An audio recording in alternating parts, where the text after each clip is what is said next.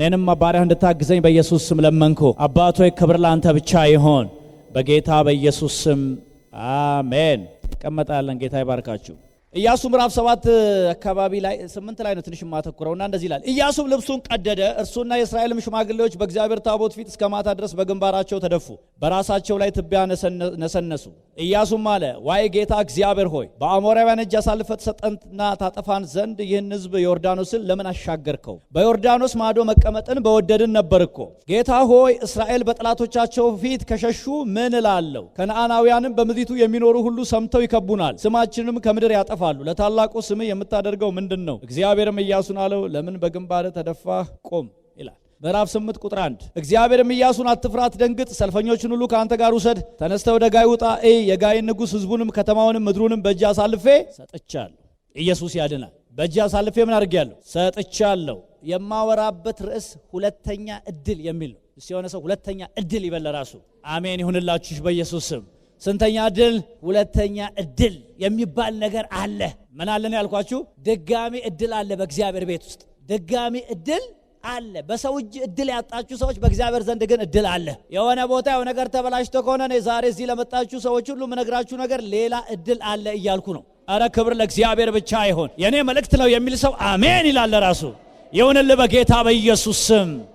ኢያሱን የሚያክል ጀግና ሰው ብራዘር ፀሐይን በእጁ ያቆመ አይደለም እንዴ? እጁን ሲዘረጋ ፀሐይ የሚቆምለት ታላላቅ ድሎችን የተጎናጸፈ ሰው፣ ታላላቅ ስራዎችን የሰራ ሰው የሆነ ቦታ ላይ ኢያሪኮ የምትባል ትልቅ ከተማ አፈራርሶ ከመጣ እግዚአብሔር ከሱ ጋር ሆኖ ማለት ነው። ይሄ ሰው አንድ በጣም የማይጠበቅ ቦታ በአንድ ትንሽ መንደር በአንድ ትንሽ ከተማ በነበረ ጦር ተሸነፈ። ፍጹም ሊጠበቅ አይችልም። ገና ወደ ተስፋይቱ ምድር ዘልቀው በደንብ አልገቡ። ወደ ተስፋይቱ ምድር ዘልቀው ሳይገቡ በፊት የገጠማቸው ቻሌንጅ ነው። በጣም ከባድ ቻሌንጅ ነው እውነት ለመናገር። ከዛ በኋላ ኢያሱ ያደረገውን ታውቃላችሁ። ኢያሱ በእግዚአብሔር ፊት ጮኸ፣ በግንባሩ እስከ ምሽት ድረስ ተደፋ ይላል። ከዛ በኋላ ታሪኩን ታውቃላችሁ። አካን የሰራው በደል ስለነበረ እግዚአብሔር እንደገና ነገሩን አስተካከለው፣ ሪስቶር አደረገው። ቶሎ ነው የሚሄደው። አስተካከለውና እግዚአብሔር ተነስና ቁም። ጌታ የተባረከ ይሁን። እግዚአብሔር መቼም ቸር ነው። ተደፍተህ እንዳትቀር የሚወድ ጌታ ስሙ ይባረክ። ዛሬ ተደፋችሁ የሆነ ቀን ቀና ማለት አለ። በእግዚአብሔር ፊት የተደፋ የሆነ ቀን ቀና ይላል። በራስህ በሰው ፊት ከተደፋ ነው ሰው ረግጦ የሚሄደው። እግዚአብሔር ፊት የተደፋ ግን ተስፋ አለው። እስቲ የሆነ ሰው አሜን ይበል ራሱ። አሜን አሜን አሜን አሜን። መጽሐፉ እንደዚህ ነው ይላል። በሌላም ክፍል በእግዚአብሔር ፊት ወደቀ ይላል። ወዳጆቼ በእግዚአብሔር ፊት ስትወድቁ፣ በእግዚአብሔር ፊት ስትደፉ እግዚአብሔር የራስ ጉዳይ አይል። እኔ ስለ ጾም ሳስተምር ብዙ ጊዜ እናገራለሁ። እግዚአብሔር ባይብል ላይ አይቻል አይቶ የማያልፈው ነገር ቢኖር ጾም ነው። ሌላ ነገር እግዚአብሔር ሊያልፍ ይችላል። ሌላ አገልግሎትህን እግዚአብሔር ብዙ አምደኔ እዚህ ብትሰብክ ምንም ላይሆን ይችላል። እግዚአብሔር እውነቴን ነው የምነግርህ። እግዚአብሔር የማያልፈው ነገር ምንድነው ካልከኝ ጾም የመጨረሻው ራስን የማዋረጃ ቦታ ስለሆነ አይዱና አጥኑት። ጾም ማለት ሌላ ነገር አይደለም፣ ራስን ማዋረድ ማለት ነው ነምበር 1። ስለዚህ እግዚአብሔር እኔ ዝም ብዬ ሳጠና ጾም አያልፍም። አንተ ሌላው ቀርቶ እንደው አመፀኛ ሆኜ ብጾም ራሱ አያልፈኝም። ቢያንስ ይመጣና ጾም ልክ አይደለም ይላል ኢሳይያስ 58 እንደዛ አይደል ያላቸው። ቢያንስ ሰዎቹ ጾመዋል፣ ቢያንስ ልክ ላልሆነው ነገራቸው ራሱ መልስ መጥቶላቸው። ከዛ በተረፈ ባይብል ላይ ስታዩ እኔ እግዚአብሔር አይሰማኝም የሚል ሰው ካለ እኔ ዛሬ እንደ ሐኪም እንደ ዶክተር አዝላል የ3 ቀን ጾም ጸሎት ያዝ ወይም የ7 ቀን። ከዛ በኋላ እግዚአብሔርን ፈትነው። አያልፍም ጌታ። እስቲ የሆነ ሰው አያልፈኝም ይበል ራሱ። በፊቱ ከተደፋ አያልፍም።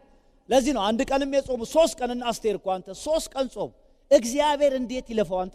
ነነዌ 3 ቀን ጾመች። ያቺ አመፀኛ እንደተመሰቃቀለ እሾክ ነው ይላል ነነዌን ህዝብ።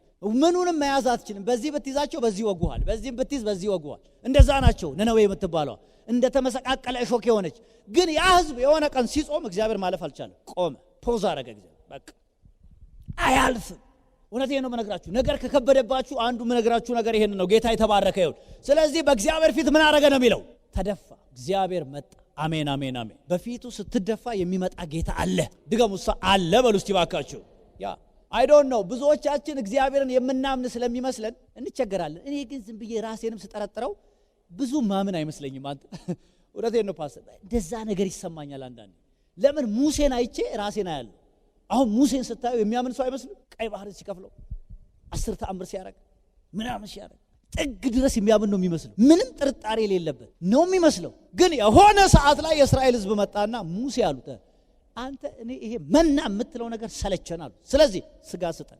ዴንጀረስ ነው የጥያቄ ስጋ ስጠን ሲሉት ሙሴ ወዳጅ ያንን የሚያክል እምነት የነበረው ሰውዬ እግዚአብሔር ጋር መጥቶ ራሱ ለእግዚአብሔር ነገረው። ምን ብሎ እንደ ከተማው ላይ ያለ በሬ ታረድ ወይ ምን ማለት ነው? ለዚህ ሁሉ ሰው የሚበቃ ስጋ ከወዴት ይገኛል? እግዚአብሔር መጣ። በውኑ የእግዚአብሔር እጅ አጭር ነው አሉ። ደስ አይልም?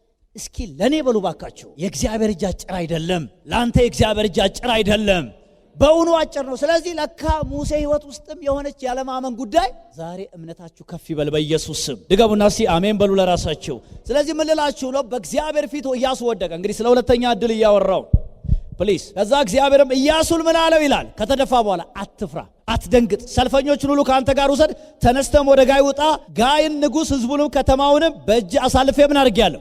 ሰጥቻለሁ። ትናንት ተሸንፈ ከሆነ እዛው በተሸነፍክበት ቦታ ተሸንፈ አትቀርም። ተመለስና ከእግዚአብሔር ጋር ነገርን አስተካክል። ልክ ከእግዚአብሔር ጋር ነገር መስተካከል ሲጀምር ብራዘር፣ ትናንት የተሸነፍክበት ቦታ ማሸነፍ ይሆናል በኢየሱስ ስም። ይኸውላችሁ አንድ ትምህርት አንድ ያስተምራለሁ። ህይወት መንፈሳዊ ነው ከምታስቡት በላይ። እናንተ እህቶቼና ወንድሞቼ ከምናስበው በላይ ብዙ ነገር ምንድነው?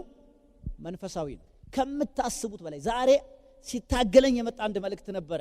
እሱን ትቼ ነው ወደዚህ ያደላሁት። በእውነት ነው የምነግራችሁ። አገልጋይ ስትሆኑ አንዳንዴ በቃ በጣም ነው የምትቸገሩት። ህይወት መንፈሳዊ ነው። ፋይናንስ ለምሳሌ መንፈሳዊ ነው። ገንዘብ መንፈሳዊ ነው። እንደምታስቡት አይደለም። መንፈሳዊ ባይሆን ኖሮ ቅድም ነግሬያለሁ፣ ሰው ስራ ፈት ስለሆነ አይደለም በየጠንቋይ ቤቱ የሚደፋው። ስማርት ነው።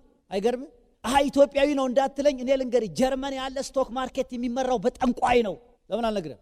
ከኢትዮጵያ በላይ ጠንቆላ ያለው አሜሪካ ነው። ብዙ ሰው አይመስለውም ኢትዮጵያ ብቻ ከልት ያለው አፍሪካ ይመስል አይደለም። ኤኒ ትራንዛክሽን በዓለም ላይ ብዙ ነገር የሚሰራው በመንፈስ ዓለም ነው። እንዳይመስላችሁ። በምን ዓለም ነው ያልኳችሁ? በመንፈስ ዓለም። ሰዎቹ ጂን ስለሆኑ አይደለም የግርጣቢ እየጠጡ ምናምን የሚያረጉት ራቁታቸውን አህያ የሚጋልቡት ሌሊት ዘይኖ እንዴት ፋይናንሻል ኮድ ገብቷቸዋል። ከመንፈስ ዓለም ጋር ካልተገናኘ በስተቀር ፕሮስፔሪቲ እንደሌለ ያውቃሉ። ዘይኖ ኢት ቬሪ ዌል በትክክል እኛ አማኝ ሰፈር ነው ሁሉን ነገር በትግል የምናደርገው። እዚህ ጴንጤው ሰፈር ሁሉ ነገር በትግል ነው የሚመስለው። በስራ ብዛት እኔ የስራ ደጋፊ ነኝ። እኔም ስሰራ ነው የኖርኩት፣ ከልቤ ነው። በስራ ብዛት ግን ምንም አይመጣም። የምነግር ነገር የእግዚአብሔር በረከት ባለጠጋ ታደርጋለች የሚለውን ነው። እስቲ የሆነ ሰው አሜን ይበል እስቲ። የማን በረከት ነው የሚለው? የእግዚአብሔር በረከት ምን ታደርጋለች? እስኪ ባይብላችሁን አጥሩት። ወርቅና ብር ያለበትን ሰፈር ሰብስቡ። አብርሃም የወርቅ ጉድጓድ የለውም፣ ግን አብርሃም በብርና በወርቅ በከብትም በለጸገ ይላል አይልም? አብርሃም ከየት አመጣ? ዳዊት በወርቅ ብዙ ወርቅ እጅግ አከማቸ። ለምሳሌ ለሰለሞን ጥሎለት የሄደው 100,000 መክሊት ወርቅ ነው ይላል። 100,000 መክሊት ወርቅ ማለት 1 መክሊት ወርቅ 35 ኪሎ ግራም ነው። ብራዘር 100,000 በ35 ኪሎ ግራም አባዙ። ራሱ ብሔራዊ ባንክ አለ እንደ ብር አለ እንደ ወገን እንጠይቅ ይሆን? አይ ዶንት ቲንክ። እኔ አሜሪካ ግምጃ ቤት መኖር አስበው። ዳዊት የሰበሰበው ኢየሱስ ጋር ሲመጡ ምንድን ነበር አንዱ የሰጡት? ወርቅ። እዝራ ከምርኮ ሲመለስ ምን ይዞ ነው የተመለሰው? ወርቅ። ነገሮች መንፈሳዊ ከየት አመጡት ብዬ እኔ እጠይቃለሁ። ከየት ነው ያመጡት? በሁለት መንገድ ነው። አንደኛው በጦርነት ነው። እስቲ የሆነ ሰው በጦርነት ይበል እስቲ። በምንድን ነው ያመጡት? ፋይት። እነሱ ፊዚካል ነው፣ ያንተ ደግሞ ስፒሪቹዋል ነው። ኧረ አሜን ሃሌሉያ። ያንተ ደግሞ ምንድነው? መንፈሳዊ ነው። ክብር ለኢየሱስ ይሁን።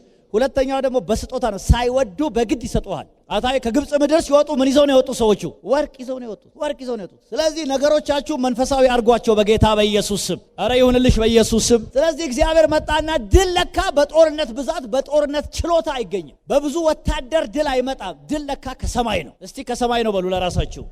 አሜን። ስለዚህ ጋይ ጋር መጣና አሁን በጉዳዩ ላይ እግዚአብሔር ገባበት። በነገሩ ላይ ማገባበት እግዚአብሔር ገባበት። በፊት ያደረጉት እግዚአብሔር የሌለበትን ጦርነት ነው። እግዚአብሔር በሌለበት ጦርነት ወዳጅ ትንሿም ነገር ታሸንፋለች። ትንሿንም ነገር ማሸነፍ ትግል ይሆናል። ለሰው ቀላል የሆነው ነገር ለአንተ ተራራ ይሆናል። ሰው በቀላሉ የሚገባበት ቤት ወይም በር ለአንተ ግን አስጨናቂ ይሆናል። ትንሿ ነገር እኔ ጋር ቆይ ምንድነው እሱ ለኔ ሲሆን ግን የማይሳካው ይላሉ ሰዎች። የስ ነገሩን መንፈሳዊ እስካላደረከው ድረስ ለሰው ቀላል የሆነው አንተ ግን ተራራ። ለዚህ ነው እስቲ ዝም ብላችሁ ጴንጤ ሰፈር ውሰድ። እኔ ታዝባችሁ ሊሆን ይችላል። አንተ ለሰው መውለድ ቀላል ሲሆን ጴንጤ ሰፈር ግን መውለድ ራሱ አንተ መከራ ነው። እኛ ለስንት ሰው ነው የምንጸልየው? እንደው ውለጂ እባክህ። እውነቴን እኮ ነው። እዛ ሰፈር እኮ ቀላል እኮ ቀላል። እዛ ሰፈር ማግባት ቀላል ነው። እዛ ሰፈር መውለድ ቀላል ነው። እዛ ሰፈር ራሱ ገንዘብ ቀላል ነው። እኛ ሰፈር ሲመጣ ግን ብዙ ነገር ከበድ ይላል። ነገሩን መንፈሳዊ እስካላረከው ድረስ ነገሮች በዛው መልክ ይቀጥላሉ። ዛሬ ግን የሆነ ሰው መንፈሳዊ ማድረግ ይጀምራል በኢየሱስ ስም። እስቲ የሆነ ሰው አደርገዋለሁ ይበል ባካችሁ። ምን እናደርገዋለን? መንፈሳዊ። በጉዳዩ ላይ እግዚአብሔር እንዲገባ ማድረግ፣ በነገሩ ላይ አምላካችሁ እንዲሳተፍበት ማድረግ። ጋይጋ ሲገጥሙ እግዚአብሔር የለበትም። አሁን እግዚአብሔር በጉዳዩ ገባ። አሁን ቀላል ሆነ ነገሩ። ኢያሱን ተነሳለው ጌታ ስሙ ይባረክ። ድገሙና ሁለተኛ እድል በሉ ለራሳችሁ። ስለዚህ ትናንት የተሸነፋችሁ ሰዎች፣ ትናንት የወደቃችሁ ሰዎች፣ ትናንት የተሳሳታችሁ ሰዎች እኔ በጌታ ፍቅር መነግራችሁ በእግዚአብሔር ቤት ውስጥ ሁለተኛ እድል አለ። ድገሙና አለ በሉ። በጣም አለ ሁለተኛ እድል። ስለዚህ እቺ ከተማ አሸንፋቸው አልቀረችም። ድጋሚ እንደገና ተነስተው ምን አደረጉ? አሸነፉ። ሃሌሉያ። ከዛ በኋላ ጦርነቱን ታውቁታላችሁ። ቶሎ ቶሎ ሊድ። የመጀመሪያውን እድል እንዴት ልናጣ እንችላለን? ብዙ ጊዜ እድሎች እንዴት ነው የሚበላሹት ታውቃላችሁ? መጽሐፍ ቅዱስ ስለ እድል ያወራል። በተለይ መጽሐፈ መክብብን ስታወሩ ሰለሞን ጠቢብ ሰው ነው። ሰለሞን እግዚአብሔር የሰጠው ጥበብ አለ አንድ፣ ሁለተኛ ደግሞ እሱ ራሱ የጨመራቸው ጥበቦች አሉ። መጽሐፈ መክብብን ስታነቡ እሱን ታገኛላችሁ። በጥበብ በጣም ሪች የሆነ ሰው ነው እና የሱን መጽሐፍ እኔ እንደውም ብዙ ጊዜ አስተምራለሁ ቸርች ላይ እንደዚህ ብዬ የዘላለም ህይወትን የዘላለም ላይፍን መንፈሳዊ ዓለምን አክሰስ ለማድረግ ከማቴዎስ ወንጌል ጀምረ አንብብ። ጥሩ ነው፣ እሱ በጣም አሪፍ ነው። በምድር ላይ ግን ይኸውልህ የተቃና ህይወት ለመኖር ከፈለክ ደግሞ መጽሐፈ ምሳሌና መጽሐፈ መክብብ ጨምርበት። በጣም ወሳኝ ነገር ነው መነግራችሁ እነዚህ ሁለት የጥበብ መጽሐፎች። ምክንያቱም በመጽሐፈ ምሳሌና በመጽሐፈ መክብብ ላይ ያልተጻፈ ነገር የለም። ስለ ስራ ተጽፏል፣ ስለ ስንፍና ተጽፏል፣ ስለ ጥበብ ተጽፏል። አልተጻፈም እንዴ? ተጽፏል። ሰነፍ ለምሳሌ ሰነፍ በር በማጠፊያ ላይ እንደሚዞር ሰነፍ ምን ያደርጋል ይላል? አልጋው ላይ ዝም ብሎ ይሽከረከራል። ጠዋት ማታ 1 ሰዓት የተኛ ጠዋት 4 ሰዓት እማዬ ቁርስ አልደረሰም ይላል ማለት ነው። ጥበብ እዛ ላይ ነው ያለው። ስለ ውበት እዛ ላይ ነው የተጻፈው። ስለ ንግስና እዛ ላይ ነው የተጻፈው። ስለ ኮንትራት እዛ ላይ ነው የተጻፈው። ኮንትራት ከሰው ጋር ስለምታረገው ውል እንኳን ሳይቀር እና ምድር ላይ እንዴት አርገ መኖር እንዳለብህ ማወቅ ከፈለግ ሞቲቬሽናል ስፒከር ጋር ሳይሆን ሁለቱም መጽሐፍ አንብብ። በጣም ይነግርሃል። ሰለሞን ዝም ብሎ አይደለም በምድር አብዛኛው የነገረን ነገር እንዴት በዲሲፕሊን መሄድ እንዳለብን ነውና ቬሪ ኢምፖርታንት በጣም ወሳኝ ነገር ነው። ጌታ የተባረከ ይሁን። ስለዚህ የመጀመሪያ እድሎችን እንዴት እናጣቸዋለን? ለምን ይሄን ማወቅ ጥሩ ነው። ነገም ሌላ እድል ሚስ እንዳታረጉ። ሰለሞን ያለን እሱ ነው። እድልና ጊዜ ምን ያደርጋል? ሩጫ ለፈጣኖች አይደለም አለ። እንጀራም ለጠቢባን አይደለም፣ እውቀትም ለአዋቂዎች አለ። ስለዚህ ምን ያገናኛቸዋል አለ? እስቲ እድልና ጊዜ በሉ እስቲ። ምንድነው የሚያገናኛቸው? እድልና ጊዜ ካልተገናኘለ ብራዘር ቁጥር 1 ተማሪ ሆነህ የማይረባ ሰፈር ትገኛለህ። የማይረባ ሰፈር ትገኛለህ። እስቲ ዝም ብላችሁ ተመልከቱ። አሁን እዚህ አገር እንኳን እንደው በፈጠራችሁ ወፍራም እንጀራ የሚበላ ሰው የተማረ ሰው ነው? እንደው በፈጠራችሁ እንደው አሁን የተባረ እንጀራ ወፍራም እንጀራ ወፍራም ማለት መሶብ ነው ወይ? አይደለም። አእምሮን ስንት ዓመት ያቃጠለ ሰው፣ ስንት ዓመት ፍዳውን የበላ ሰው ወፍራም እንጀራ እየበላ ነው? አይደለም። እኔ ትምህርትን እደግፋለሁ፣ ስራን በጣም እደግፋለሁ።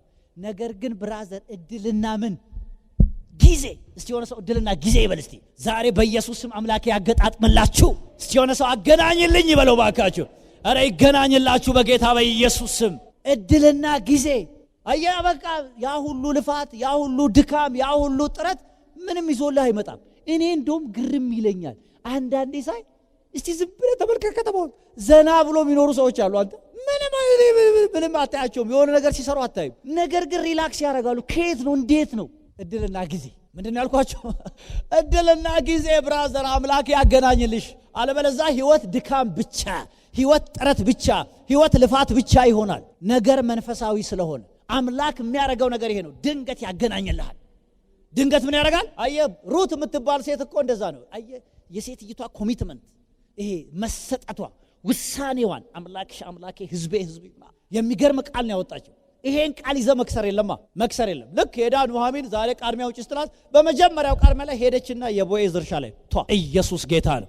እድልና ጊዜ ማለት ይሄ ነው። 10 ወንድ ጋር ሳትሄድ 20 ቦታ ሳታማርጥ ማአት ነገር ሳታሰልፍ እዛና እዚህ ሳትባክን ገና ሄዳ የመጀመሪያው ገመድ በአማረ ስፍራ ወደቀልኝ ማለት ይሄ ነው። ይሁንልሽ በኢየሱስ ስም። እስኪ ሆነ ሰው ይሁንልኝ ይበል።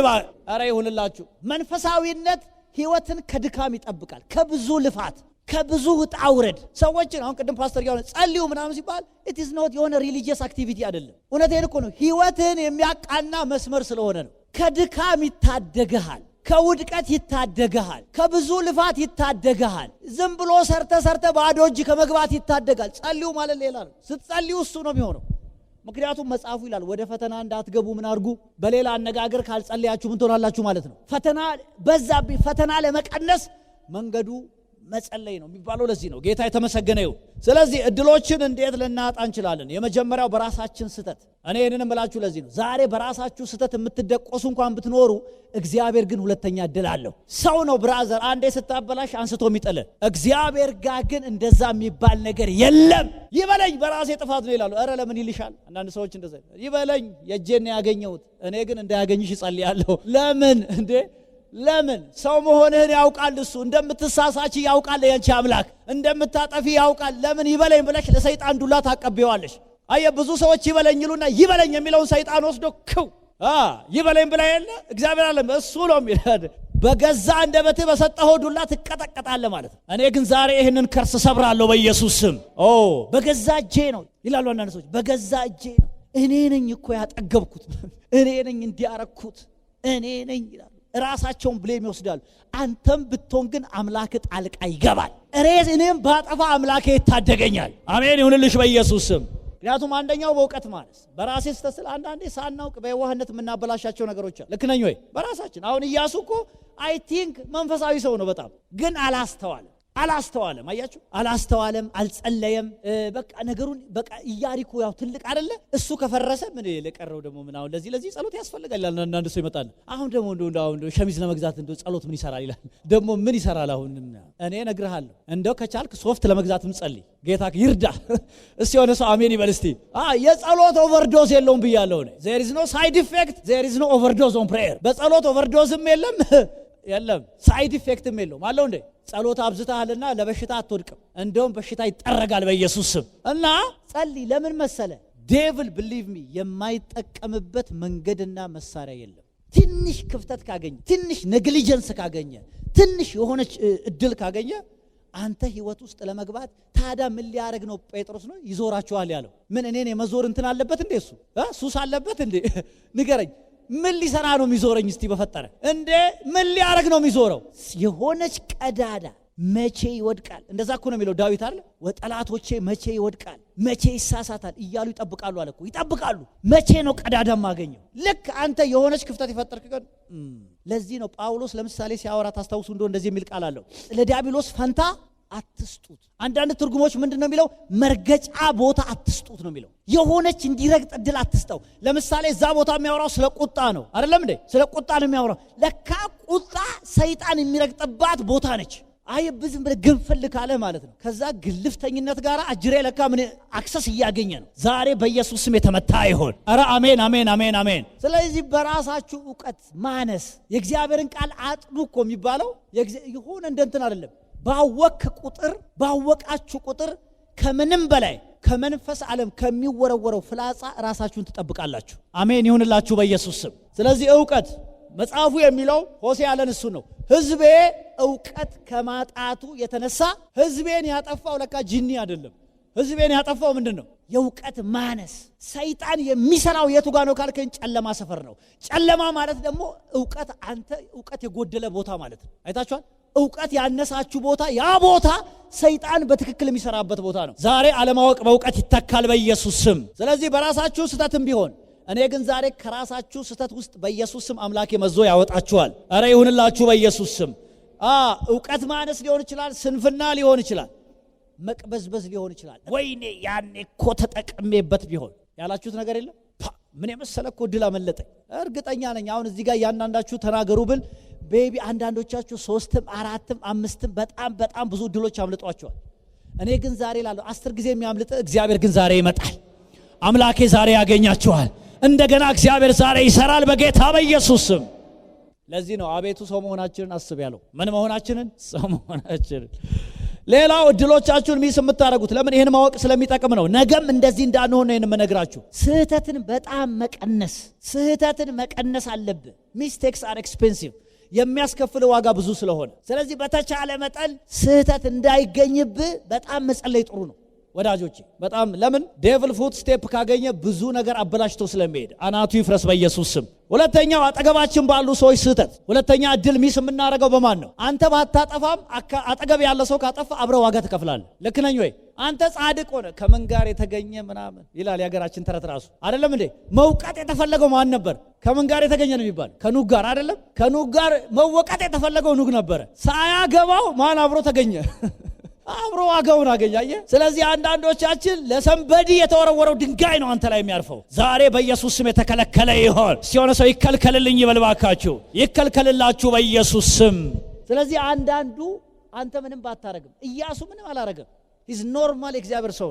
አካን የሰራው ችግር ግን ኢያሱንም ህዝቡንም ዋጋ አስከፈለ። አንዳንድ ሰዎች የሚሰሩ ስህተት ብራዘር አንተም ብቻ አይደለም፣ አገር ዋጋ ያስከፍላሉ። አንዳንድ ሰዎች አገር ዋጋ ይከፍላል። ቤተሰብ በአንድ ልጅ ምክንያት ቤተሰቡ ሁሉ ዋጋ ይከፍላል። ሀብታም የነበሩ ይዳህያሉ።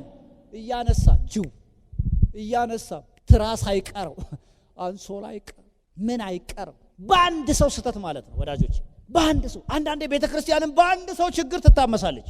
አንዳንድ ጊዜ አገርም እንደዛ ትሆናለች። ልክ ነኝ? አንድ ሰው በሚፈጥረው ችግር ቀላል አይደለም። አንድ ሰው እንኳን የሚፈጥረው ችግር በጣም ከባድ ነው፣ በጣም ከባድ ነው ወዳጆቼ። ስለዚህ እኔ ዛሬ ጸልያለሁ በእውነት እግዚአብሔር እንዲረዳችሁ። ለምን መሰል? እግዚአብሔር ካልረዳ ከአንዳንድ ነገር መላቀቅ በራሱ ከባድ ነው፣ እግዚአብሔር ካላገዛችሁ በስተቀር፣ እግዚአብሔር ጣልቃ ካልገባ በስተቀር። ስለዚህ አንዳንዴ ዋጋ የምንከፍለው እኛ ስላጠፋን ሳይሆን ማስላጠፋ ነው። ስለዚህ አንዳንዶቻችሁ ሰው በሰራው ስህተት ዋጋ የምትከፍሉ ሰዎች እግዚአብሔር ሌላ እድል አለው፣ ሌላ በር ይከፍታል፣ ሌላ ነገር ይሰራል። የኔ ጌታ አረ ይሁንልሽ በጌታ በኢየሱስ ስም። በራሳችን ሁለተኛው በማን ያልኳችሁ? አጠገባችን ባሉ ሰዎች፣ አብረን የምንኖራቸው ሰዎች፣ የምንሰራቸው ሰዎች። እንደዚህ ይላል ለምሳሌ ሁለተኛ ዜና 28:19 ላይ ንጉሥ አካዝ እግዚአብሔርን ክዷልና። አካዝ ምን አድርጓል? እግዚአብሔርን ክዷልና ከእርሱም እጅግ ርቋልና እግዚአብሔር ስለ እርሱ ስለ አካዝ የሚባል ንጉሥ አለ። ይኸውላችሁ ዳዊት ሰለሞንን ወለደ አይደል መጽሐፉ? ሰለሞን ደግሞ ሮብዓምን ወለደ፣ ሮብዓም ደግሞ አብያን ወለደ፣ አብያ ምናምን ወለደ፣ ከዛ አካዝን ወለደ ይላል። የዳዊት የዘር ሐረግ ውስጥ ያለ በዳዊት ዙፋን የተቀመጠ ሰው ነው ወዳጄ። የዳዊት ዙፋን ላይ ተቀምጦ ግን እንደ ዳዊት ያልሆነ አያሳዝንም? አባቶች የሰሩትን አባቶች የደከሙበትን የሚያበላሽ ዳዊት የሰራውን የሚያፈርስ እንደዛ አይነት ሰው ነበር ይሄ አካዝ። ጥሩ ያልሆነ ንጉሥ ነው ባይዘው፣ በጣም ክፉ፣ ልጁን ለእንትን አሳልፎ የሰጠ እንደዛ አይነት ሰው ነው። ስለዚህ መጽሐፉ ተመልከቱ እንደዚህ የሚለው ንጉሥ ነው እሱ። እሺ ንጉሡ አካዝ እግዚአብሔርን ክዷልና። እሱ ምን አድርጓል? እግዚአብሔርን ክዷልና። ንጉሡ ነው እግዚአብሔርን የካደው፣ እሱ ክዷልና ከእርሱም እጅግ ርቋልና እግዚአብሔር ስለ እርሱ ይሁዳን ህዝቡን ሁሉ አያሳዝንም? ህዝቡን ሁሉ ንጉሡ በሰራው ስህተት፣ ንጉሡ ባበላሸው። ለዚህ ነው መጽሐፍ ቅዱስ ለመሪዎች መጸለይን የሚደግፈው። ባይዘው እነሱ የሚሰሩ ስህተት እነሱም ብቻ ሳይሆን እኔ እናንተን ዋጋ ያስከፍላል። ልክ ነኝ አይደለም እንዴ? ለምሳሌ በኢትዮጵያና በሶማሌ ጦርነት ጊዜ የሶማሊያው ፕሬዝዳንት በጊዜው የነበሩት ዚያድ ባሬ የሚባሉ ሰው ነበሩ። ትልቅ ስህተት ሰሩ። ያ ስህተት ምንድነው? ኢትዮጵያን መውረር አይደለም እንዴ? ኢትዮጵያ መውረር። ኢትዮጵያ በጊዜው ደክማለች። ያለው 1-4 ነው 5 ክፍለ ጦር ብቻ ነው። ጃንሆይ ከስልጣን አርጅተዋል፣ ሊወርዱ አካባቢ ነው። ኢትዮጵያ ይሄ ጥሩ ጊዜ ነው አሉ ኢትዮጵያን ለመውረር። አሁን በዚህ ሰዓት ነው መምታት አለና ዚያድ ባሬ ወደ 27 ጄት አለው። ኢትዮጵያ 5 ጄት ነው ያላት። ተመልከት፣ ቁጥሩ ራሱ እኮ አይገናኝም። ጦሩ አይገናኝ፣ ቁጥሩ አይገናኝ። እነሱ በአሜሪካ ነው የሰለጠኑት።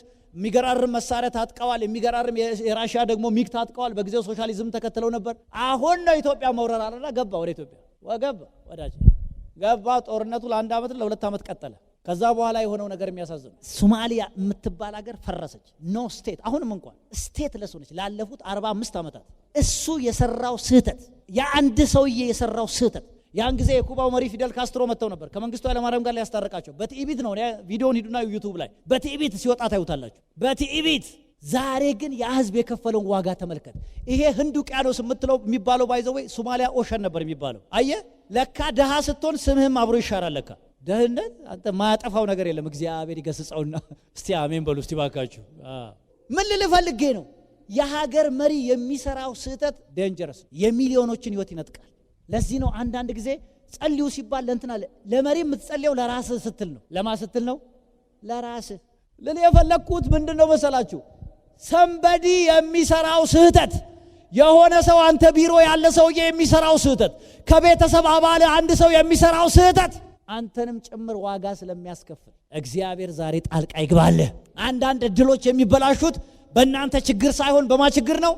አጠገባችሁ ባሉ ሰዎች ችግር ነው። እግዚአብሔር ግን ይነሳል፣ እንደገና ይመጣላችኋል፣ እንደገና ይታደጋችኋል። ዛሬ የምታዝኑ ሰዎች፣ ሰው ላይ ቂም የያዛችሁ፣ እገሌ እኮ ነው እድሌን ያበላሸው፣ እሱ እኮ ነው በር የዘጋብኝ፣ በሱ ምክንያት ነው ይሄንና ያንን ያጣሁት የምትሉ እህቶቼና ወንድሞቼ እሱን ተውት። እግዚአብሔር ሌላ በር ይከፍታል። አምላካችሁ ዘንድ ሁለተኛ እድል አለ፣ ሶስተኛም አለ፣ አራተኛም አለ። እኔ ከአንደኛ በታች ያሉትን ሁሉ ሁለተኛ ነው የምላችሁ። አለ እግዚአብሔር ቸር ነው፣ እንደ ምህረቱ ብዛት ይራራል። ክብር ለእግዚአብሔር ብቻ ይሁን። እስቲ የሆነ ሰው ይመጣልኛል ይበል ራሱ። አሜን አሜን አሜን አሜን አሜን አሜን አሜን አሜን። yes አካን የሰራው ስህተት አንተ 2.5 ሚሊዮን ህዝብ አቆምኩ። ሰውዬው እኮ አንድ ሰው በዛ ሰዓት የእስራኤል ህዝብ ቁጥር ወደ 2.5 ሚሊዮን ይባል። 2.5 ሚሊዮን ከግብጽ 40 ዓመት ጉዞ በኋላ ይገባል ብሎ ሲያስብ አንድ ሰው የሰራው ስህተት ቀጥ አረገው። ዴንጀረስ! እንዴት ከባድ መሰለ። በተለይ ሰው በሚያበላሸው ነገር አንተ ዋጋ ስትከፍል በጣም ያማል። ሰው በሚያጠፋው ሰው በሚሰራው ስህተት አንተ ዋጋ ስትከፍል በጣም ያማል። እውነቴን ነው የምነግርህ። ኢያሱ ለዚህ ነው አንተ አስጨነከን አለው እኮ አስጨነከን። የዛ ሁሉ ሽንፈት 30 ምናምን ሰው ሞቷል እኮ ጋይ ላይ እኮ ሰው ሞቷል። ተመልከት፣ 30 ሰው ሞተ። ህዝቡ ተጨነቀ፣ መሪው ተጨነቀ። በጣም በማ ምክንያት አንድ ሰው። እኔ ዛሬ የምጸልይላችሁ ከዚህ በኋላ በማንም ስህተት ውስጥ እናንተ እንዳትገኙ። ማንም ላይ ሊያርፍ የነበረ ዱላ አንቺን እንዳይመታሽ፣ አንተን እንዳይመታ፣ ለሰንበዲ የተወረወረ አንተን እንዳያገኝ በእውነት እግዚአብሔር ዛሬ ጣልቃ ይግባል በኢየሱስ ስም።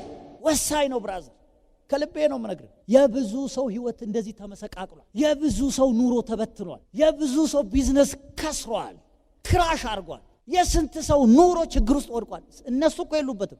ሰንበዲ በሰራው አካውንታንቱ ባበላሸው ካምፓኒው ላይ የሆነ ሰው በሰራው ጥፋት ተመሳጥሮ ይሁንልሽ በጌታ በኢየሱስ ስም። ስለዚህ አካን የሰራው ስህተት ሰውን አስቆሞታል። ግን ቢሆንም እግዚአብሔር ስንት እድል አለው ነው ያልኳችሁ? ሁለተኛ እድል አለው። ዛሬ በሰው ጉዳይ የተጎዳችሁ ሰዎች ካላችሁ እኔ ነግራችኋለሁ፣ ሁለተኛ እድል አለ። ክብር ለኢየሱስ ይሁን። አሜን አሜን። ለዚህ ነው ሰለሞን እኮ የሚነግረን፣ ለዚህ ነው ከጠበኛ ሰው ጋር ከቁጡ ሰው ጋር ባልንጀራ አትሁን፣ ከወፈፍተኛ ጋር አትሂድ። ለምን? እሱ በሰራው አንተ ዋጋ ትከፍላለህ።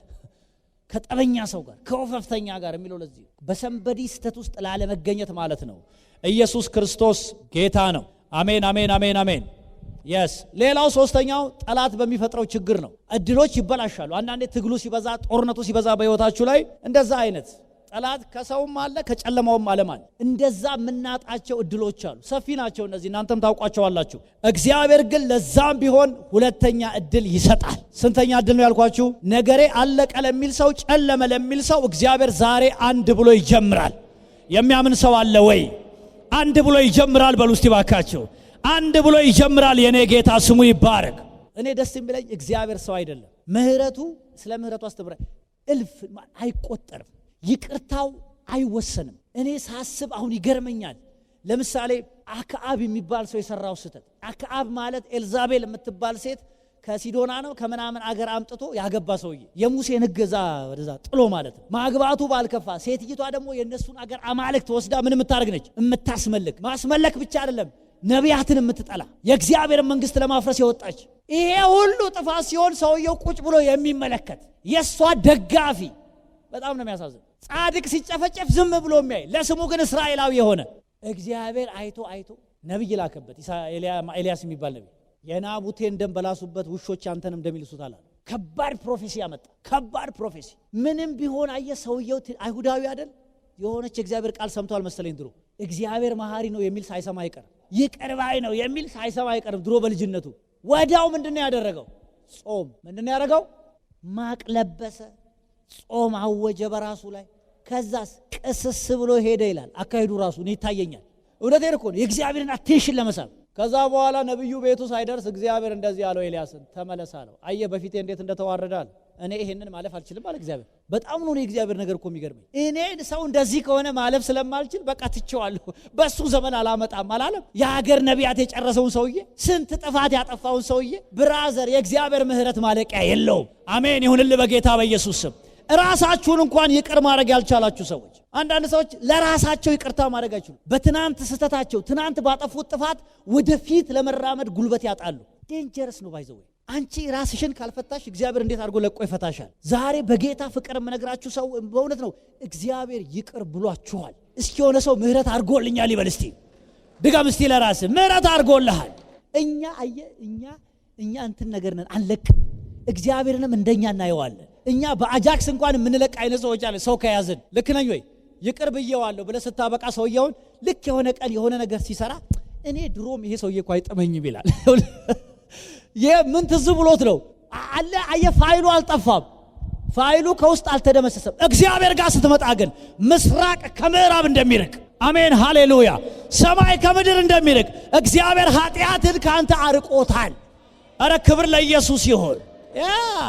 እግዚአብሔር ሪከርድ እያደረገ እየመዘገበ ቀን እየጠበቀ ልክ ረክስተር ኦኬ ተመዝግቦላል እኮ ባለፈውም እንዴ አይልም እሱ አይልም እግዚአብሔር።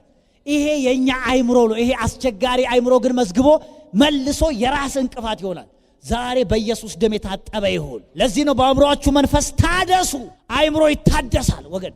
ሁለተኛ እድል አለ። ስንተኛ እድል ነው ያልኳችሁ? እስቲ ሰከንድ ቻንስ በሉ እስቲ። አለ ዛሬ ፌል ያረጋባችሁ ነገር አለ፣ ሚስ ያረጋችሁት ነገር አለ። ቢሊቭ ሚ ዛሬ ከዚህ ቃል በኋላ ተነሱ። አምላኬ ሁለተኛ እድል አለው። ጠላቴ ጆሮ ይደፈን። አምላኬ እድል አለው። እንኳን ተዘጋ የሚያሰኝ እድል አለ። የኔ ጌታ አለ። ከልቤ ነው የምነግራችሁ አለ። አሁን ሙሴን ወሰደው። ሁለተኛ እድል ባያገኝ ይቆማል እንዴ? ይቆማል ወይ? ሙሴ እኮ ነፍሰ ገዳይ ነው። ሄዶ እኮ አንድ ግብፃዊ አንገቱን ቀንጥሶ በዛ ባመጣው ጣጣ ቤተ መንግስት ትኩስ እንጀራ እየበላ የሚኖር ሰውዬ በግ ጠባቂ አልሆነም። እግዚአብሔር ሄደምታልኝ አላለው? ብሎታል እንዴ? ብሎታል ወይ? አላለም። በቃ በሞራል የሚሰራ ስራ የለም ወዳጅ። ብዙዎቻችን እንደዛ ነው። ከመጸለይና እግዚአብሔርን ከመስማት ይልቅ ይኸውላችሁ መጽሐፍ ቅዱስ ፈጽሞ በራሳችሁ ችሎታና ዕውቀት እንድትተማመኑ አይፈቅድላችሁ። በራሳችሁ ልምድ የትናንት ዕውቀት የትናንት ልምድ ላይ የቆማችሁ ቀን believe me የዛን ቀን መውደቅ ትጀምራላችሁ። ለዚህ ነው መጽሐፍ ምሳሌ ላይ እንደዚህ ይላል። ይሄ በራሱ ጠቢብ የሆነ የሚመስለውን ሰው አየኸው አለ። አዎ አይቼዋለሁ። ከሱ ይልቅ ለሰነፍ ተስፋ አለው ይላል። ከሱ ይልቅ ሰነፍ የሚለው ሰለሞን እግዚአብሔር የለም የሚለውን ሰውዬ ነው። ከዚህ ሰውዬ ይልቅ ይሄ በራሱ ከሚመካ ይልቅ ሰልፍ ኮንፊደንስ ከሚለው ይልቅ እግዚአብሔር የለም የሚለው ሰውዬ ይሻላል። ስለዚህ እግዚአብሔር ስራ በሞራልም አይሰራም፣ በአንተ ፍቅርም አይሰራም፣ በአንተ ምናምንም አይሰራም፣ በመስማት ነው የሚሰራው። እና ሄደና ግንባሩን አለው ግብፃዊው። ጥፋት ነበር። 40 ዓመት እረኛ አደረገው። አንተ የአንድ ቀን ስህተት 40 ዓመት ከቤተ መንግስት ወጥቶ እረኛ አደረገው። ያሳዝን 40 ዓመት ግን እግዚአብሔር ጋድ ኦፍ ሰከንድ ቻንስ ስለሆነ ሁለተኛ እድል የሚሰጥ አምላክ ስለሆነ ከ40 ዓመትም ቢሆን በኋላ ቢሆን ጌታ መጣ። እስቲ የሆነ ሰው ይመጣልኛል ይበል ባካችሁ። ቀኑ ራቀ ለምትሉ ለእናንተ ይመጣል። ዘገየ፣ ቀኑ ራቀ፣ ይመጣል። ሲመጣ ደግሞ ማንም አይቀድመውም። ያው ለልንገረ ሙሴ በ80 ዓመቱ ጀምሮ የሰራው ያውላችሁ። ሙሴ በስንት ዓመቱ ነው የጀመረው? ሙሴ በ80 ዓመት ጀምሮ ከዛ ቀጥሎ ስንት ዓመት ነው ያገለገለው? 40 ዓመት ያሰራውን ዳዊት በ40 ዓመቱ ጀምሮ በ80 ዓመቱ ነው የጨረሰው። ዳዊት ከጨረሰበት ነው ሙሴ የጀመረው። ወዳጄ በእግዚአብሔር ቤት እድሜ ቁጥር ነው። እግዚአብሔር የሆነ ሰዓት ይጀምራል፣ ያስቀጥላል። አረ ክብር ለኢየሱስ ብቻ ይሁን። አልገባችሁ? እውነቴን ነው የምነግራችሁ። አሁን አንተ ሰው 80 ዓመቱ ላይ ተነስቶ አገር የሚመራ ነብይ ይሆናል ብለህ ታስባለህ? 80 ዓመት ላይ ዱላ ይዞ ከተማ ይዞራል እንጂ ታስባለህ? ነገር ግን ሙሴ ማሰብ ብቻ አይደለም፣ ማገልገል ብቻ አይደለም። አንተ 120 ዓመቱ ላይ ራሱ እግዚአብሔር ሲያው ሰውየው አይኑ አልፈዘዘም፣ ጆሮ አልደነገዘም ይላል። ጉልበቱ ምን አላረገም? አልደነገዘም። ሰውየው የእግዚአብሔር ኔቸር ተካፍሎ ስለሆነ እንደ ሰው አይሞትም። ሰውየው ሙሴን እኮ የተወዘ ያለ ምክንያት እኮ አለ። ሰውየው እንደ ሰው መሞት አይችልም። ስለዚህ እግዚአብሔር ይሄ ሰውዬ በሽታም ስለማይገለው ይሄ ሰውዬ ከባድ ነው። ለምን እግዚአብሔርን ተፈጥሮ እንደዛ ነው የሚለው። ሄዱ ሌላ ጊዜ እናየዋለን። እኔ እዛ ተራራ ሂድና ምን አድርጋለሁ? እኔ እዛ ቦታ ላይ መልአክ ይግደለው ታንቆይ ምንም አልተጻፈም። እኔ ነገር ግን አንድ ነገር ይግባችሁ፣ የሙሴ ስጋ ቀላል እንዳልሆነ ሰይጣን የተከራከረበት ቦዲ ነው። የሙሴ ስጋ ቀላል አይደለም። ስለዚህ ምን ያህል የእግዚአብሔር ኔቸር በሱ ህይወት ውስጥ ይሰራ እንደነበር እንድታዩ ነው ፈልገው። ይሄ ሰውዬ በስንት ዓመቱ የጀመረ? በ80 ዓመቱ። ምን አግኝቶ ካልከኝ ሁለተኛ እድል አግኝቶ። ምን አግኝቶ ነው ያልኳችሁ? ከትናንት ውርቀት ሌላ ሁለተኛ እድል አግኝቶ ዛሬ ተከፈተልህ በኢየሱስ ስም። ሁለተኛ እድል ባክ ዋው ያስፈልገናል። የለኝማ እኔ አምላክ ስተቴን እየመዘገበ ማርክ የሚቀንስ አንዳንድ አስቸጋሪ አስተማሪዎች አሉ ትምህርት ቤት አይደለም። ተቀንሶባል ይላል። ተቀንሶባል። አምላኬ ሊስት እየያዘ የታየን ስተት ማርክ እየያዘ ምን የሚያደርግ አይደለም፣ የሚቀንስ አይደለም። ይቅር ስትል ይቅር የሚል ነው። እንደገና አንድ ብሎ ይጀምራል። 10 ከ10 አድርጎ ይጀምራል። አረ ክብር ለኢየሱስ ይሁን። ሙሴ ሁለተኛ እድል። ይሄ የሱ ስተት ነው። ሩት የሷ ችግር አልነበረም። ሩት ባሏ ነው የሞተው። ምን ታርግቺ ሴት ንገረኝ። ስታይ ተስፋ ያለ ላይመስል ይችላል። ግን እግዚአብሔር ሁለተኛ እድል ስላለው በሞዓብ ተቀምጣ ከምታገኘው ክብር ይልቅ ኢየሩሳሌም መጣ ያገኘችው ክብር የተሻለ ነበር። ሁለተኛው ክብር ይሻላል። እባክህ ሁለተኛው እድል ይሻላል። አረ ክብር ለኢየሱስ ይሁን። መጽሐፍ ቅዱሳችሁን ካጠናችሁ በአጠቃላይ በሁለተኛ በሶስተኛ ከዛም በላይ ባለ እድል የተጠቀሙ ሰዎች ያሉበት መጽሐፍ ነው። እነዚህ እምንላቸው እግዚአብሔር ሰዎች ጴጥሮስ ሁለተኛ እድል ባይኖር ኖሮ ጴጥሮስ ይቆም ነበር? በቃ የካደ ቀን ነው። በቃ ጴጥሮስ የሚባል ሰው አውት ኦፍ ዘ ሊስት። በል ብራዘር ንካው መንገድህን።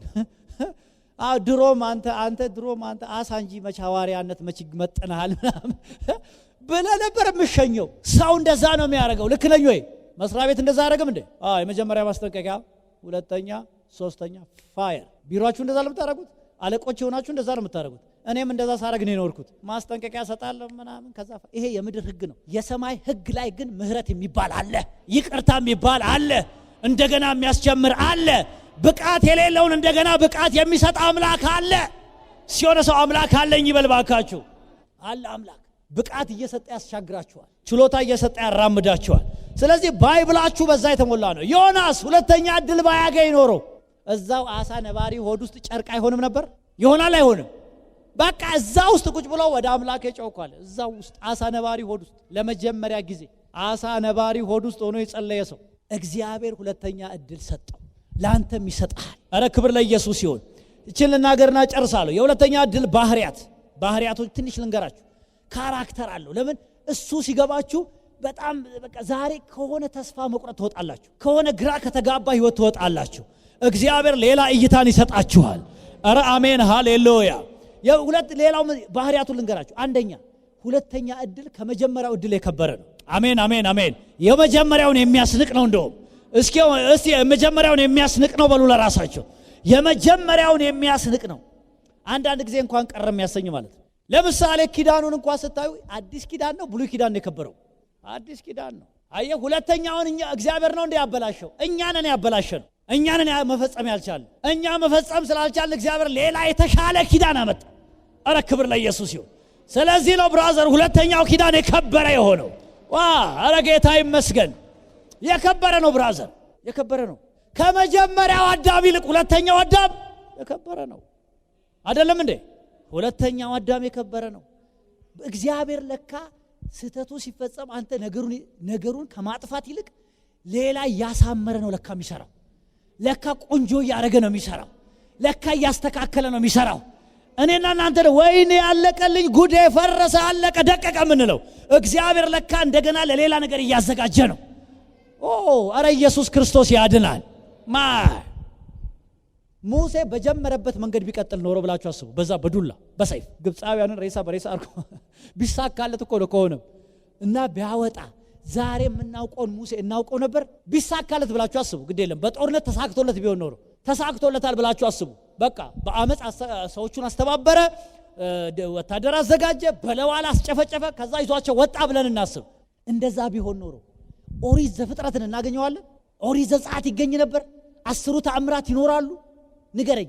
ኦሪት ዘፍጥረትን ማን ይጽፍልህ ነበር? እስቲ ማን? እኔ ሁሌ ስለ ሙሴ ሳስብ ሙሴ የደረሰበት መንፈሳዊ ከፍታ በጣም የሚገርመኝ ከአለት ውሃ ማፍለቁም አይደለም፣ ቀይ ባህርን መክፈሉ አይደለም። እኔ ዘፍጥረትን መጻፉ ነው የሚገርመኝ። በእውነት ነው ምንድነው? አንተ ቀን አይቀረውም እኮ ሰዓት አይቀረውም። እገሌ 900 ምናምን ዓመት ኖረ። ከሰዎቹ ጋር የኖረ አይመስልም? እሱ ራሱ ከሰዎቹ ጋር አብሮ የኖረ እኮ ነው ይመስል። ቁጭ ብሎ እያንዳንዷን ነገር አብርሃም እንዲህ ነበር፣ ሳራ ሳቀች፣ እዛ ላይ አይመስልም? አሁን ሳራ ስትስቅ አጠገቧ ያለ እኮ ነው ይመስለው። ግን ተመልከት ሙሴ የነበረበት መንፈሳዊ ከፍታ። አንተ ለካ ከተበላሸ ነገር እግዚአብሔር እንደዚህ አይነት ግሩም ነገር ያወጣል። የስ ባንቺም ህይወት ይሆናል፣ ባንተም ህይወት ይሆናል፣ በእናንተም ህይወት ይሆናል በጌታ በኢየሱስ ስም። የከበረ ነው። በትንቢተ ሐጌ ላይ ሐጌ 2:9 ላይ ከፊተኛው ይልቅ የዚህኛው የሁለተኛው ቤት ክብር ይበልጣል። ክብር ለኢየሱስ ይሁን። ከፊተኛው ይልቅ የፊተኛው በወርቅ ነው የተሰራው፣ ምንም ጥያቄ የለው። ሰለሞን የሰራው በምንድን ነው? በወርቅ። የቤቱ ውበት የሚገርም ነው። እና ሰዎቹ አሁን በእንጨት የተሰራውን እያዩ አዘኑ፣ ተቆጩ፣ ተበሳጩ። ከዛ እግዚአብሔር መጣና እንደዚህ ያለው ከፊተኛው ይልቅ ይሄኛው፣ ያኛው በወርቅ ነው፣ ይሄ ደግሞ በመንፈስ ነው። አረ አሜን ሃሌሉያ። ያኛው በምንድን ነው? በወርቅ ነው። ይሄኛው ደግሞ በምንድን ነው? በመንፈስ። ክብር ለኢየሱስ ብቻ ይሆን። እስቲ የሆነ ሰው ወድቆ መቅረት የለም በሉ ለራሳችሁ። ወድቆ መቅረት የሚባል ነገር የለም። አንድ ጊዜ ሳነብ አንድ ታሪክ አየሁና በጣም ተቻረገኝ። እና እንግሊዝ ሀገር ነውና በሽተኛው ታሞ ሆስፒታል ላይ አይሲዩ ምናምን እዛ አስገብተው ዶክተሮቹ ይወጋጉታል። ይሰማል። ታውቃለህ ሰውየው ይሰማል ለካ እዛ ውስጥም ሆኖ በጣም ኮማ ውስጥ አይደለም የሆነ ያህል ይሰማል። ከዛ ያወራሉ እና እሱ እንዳይሰማ ብለው በሌላ ቋንቋ ነው የሚያወሩት። በዕብራይስጥ በሆነ ቋንቋ ነው ብቻ የሚያወሩት። ያወራሉና የሚያወሩትን እሱ አይችልም ብለው ለካ ይሰማቸዋል። እሱ የሚያወሩት ምንድነው? አይ ዝም ብለን ነው እንጂ ምንለፋው ይሄ ሰውዬ ተስፋ የለውም ይላሉ። ተስፋ የለውም እኛ ዝም ብለን ነው እዚህ ምን ደክመው ይላሉ። ከዛ ሰውዬው ሰማቸው። ሰማና ከዛ እንዲህ አላቸው፣ ስሙ አላቸው፣ ኢየሱስ ክርስቶስ የሞተለትን ሰው ተስፋ የለውም አትበሏል። አረ የሆነ ሰው ያድናል ይበል እስቲ ባካቸው። አሜን አሜን አሜን። ከአይሲ ውስጥ ማውጣት ይችላል። እሱ ለሞተው ህይወትን ይሰጣል አይደል መጻፉ? ስለ አብርሃም ሲያወራ ለሞተው ህይወትን የሚሰጥ የሌለው ወደ መኖር በሚያመጣ ባመነበት በአምላኩ ፊት አረ ክብር ለኢየሱስ ይሁን። የሌለውን ወዴት? ወደ መኖር፣ ለሞተው ደግሞ ምን? ህይወትን።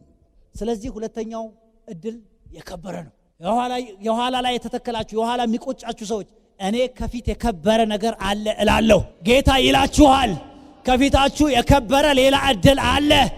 አሜን አሜን አሜን አሜን አሜን አሜን። እሱ ብቻ አይደለም ብዙ ተጽዕኖ ይፈጥራል። ሁለተኛው አነጋጋሪ ተጽዕኖ ነው የሚፈጥረው። የመጀመሪያው አይታወቅም፣ ሁለተኛው ግን ከተማ የሚሞላ ነው የሚሆነው። አረ ክብር ለእግዚአብሔር ብቻ ይሁን። እስቲ አሜን በሉ እስቲ። አሜን አሜን አሜን አሜን። ያውላችሁ ሩት የመጀመሪያ ባሏ ጋር ብትኖር ኖሮ ሩት የምትባል ሴት እናውቅ ነበር። እዛ ሞዓብ ሀገር ቁጭ ብላ ጤፏን ጨርሳ ወልዳ ምናምን በቃ ሩት የምትባል ሴት ያወቅነው ከሁለተኛ እድል በኋላ ነው። አየህ ከልቧ አይኖ የባል ሞት ቀላል አይደለም። ከዛ ስብራት መውጥ ቀላል አይደለም። በጣም ከባድ እድል ያለ አይመስልም ራሱ። እኔ እሷ ውስጥ ያለው እምነት ሁሌ ሳስበው ራሱ ይገርመኛል። አሁን ያቺን አሮጊት አይቼ እኔ ምን ብዬ ነው መከተላት? እንደው በፈጠረ ኧረ መስራሽ አውጣሽ በቃ ሂጂ ወደ ሀገርሽ። እውነቴን ነው። በሷ ውስጥ እንዴት አድርገህ ተስፋ ታያለህ? ከልቤ ነው የምነግራችሁ። እኔ እምነቷ ይገርመኛል። ማለት ደሞ እኮ ሴትይቷ እየነገረቻት እኮ አሁን እኔ ባገባ ራሱ ብወልድ ራሱ እንደው ግድ እስከ ትጠብቃላችሁ ማለት በሌላ አነጋገር እኔ ተስፋ አትከተሉኝ ወደዛ ምናምን እኮ አሁን በእንደዚህ አይነት ጨለማ በሚመስል ንግግር ውስጥ ጨለማ ንግግር ብቻ አይደለም ሴትይቷን ራሱ ስታይ እዚህ ውስጥ ተስፋ ይታያል ወይ አንተ? እሱ ብቻ አይደለም ምን አሁን አምላክሽ አምላክ ይሆናል። የትኛው አምላክ ንገረኝ እስቲ። ሞዓብ እኮ የጠጋብ ሀገር እኮ ነው። ሞዓብ እኮ ስንዴ እንደ ልብ የሆነበት ሀገር ነው። እሷ ኢየሩሳሌም እስራኤል የምትለው እነሱን ማብላት አቅቶት የነሱ አምላክ አይደለም እንዴ? በረሃብ ተሰደው ነው የመጡት። እንደዛ ነው ነገሩ። እሷ የምትረዳው እሷ የሚገባት ይሄ ነው። ስለ የትኛው አምላክ ነው የምታወራው? እኔ ይገርመኛል። ምን አይነት መገለጥ ነው ላለው። በዛች አሮጊት ውስጥ ግን እሷ የእስራኤልን ተስፋ ተመለከተች። መሲሁን አየችው። ኧረ አይናችሁ ይከፈት በኢየሱስ ስም። ያ ብዙ ሰው እንደዚህ ማየት አይችልም። አንተ ዝም ብሎ ጨለማ ብቻ ነው። በጨለማ ውስጥ የሆነ ብርሃን ከመጀመሪያ ባሏ በህይወት ቢኖር ከምታገኘው ክብር ይልቅ በሁለተኛው ባሏ በኋላ ከሞተ በኋላ ባገባችሁ በሁለተኛው ባል የተሻለውን ክብር አገኘች። ስለዚህ ሁለተኛው ክብር ይበልጣል። ድገሙና እስቲ ይበልጣል በሉ እስቲ ባካችሁ። አሜን አሜን አሜን። እንደውም እንኳን ተበላሸ የሚያሰኝ ነው። ከመጀመሪያው ሁለተኛ እድል ተጠቃሚ ለመሆን ምን ያስፈልጋችኋል? የመጀመሪያው ከመጀመሪያው ስህተት ተምሮ ንስሐ መግባት። ስህተቱ የማንም ይሁን ይሁላችሁ፣ ስህተቱ ያንተ ብቻ ላይሆን ይችላል። አንዳንዶቻችን እኔ አላጠፋው እኔ ለምን ንስሐ ገባለሁ ይላል። ግድ የለህም ለሰውም ቢሆን አንተ ግባ። ነህምያ አሁን ምን አጠፋ እስቲ ንገሩኝ።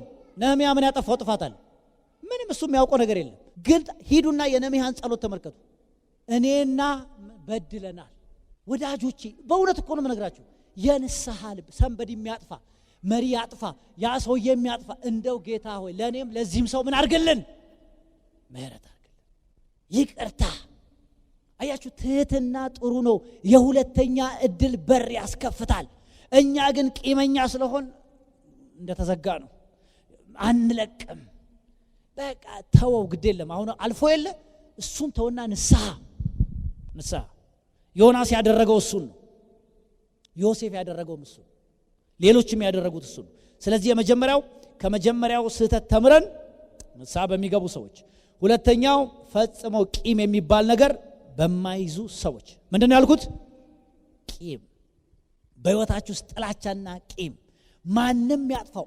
ዛሬ እዚህ አሁን ያላችሁበት ህይወት የተበላሸ ነገር ካለ በህይወታችሁ ላይ የተበላሹ ጉዳዮች ካለ ማንም ያበላሸው እግዚአብሔር አዋቂ ነው። እስቲ አሜን በሉ እስቲ። እግዚአብሔር ምንድነው? አዋቂ ነው። በቃ ፍጹም አትጠራጥሩ። ፍጹም እግዚአብሔር እንደገና ከአፈር ያነሳል። አረ ክብር ለኢየሱስ ይሁን። እንደገና ሸላልሜ ቀጥረሽ ምን አደርጋለሁ አለ። እንደገና የሚባል አለው እግዚአብሔር። እግዚአብሔር ምን አለው አልኳችሁ?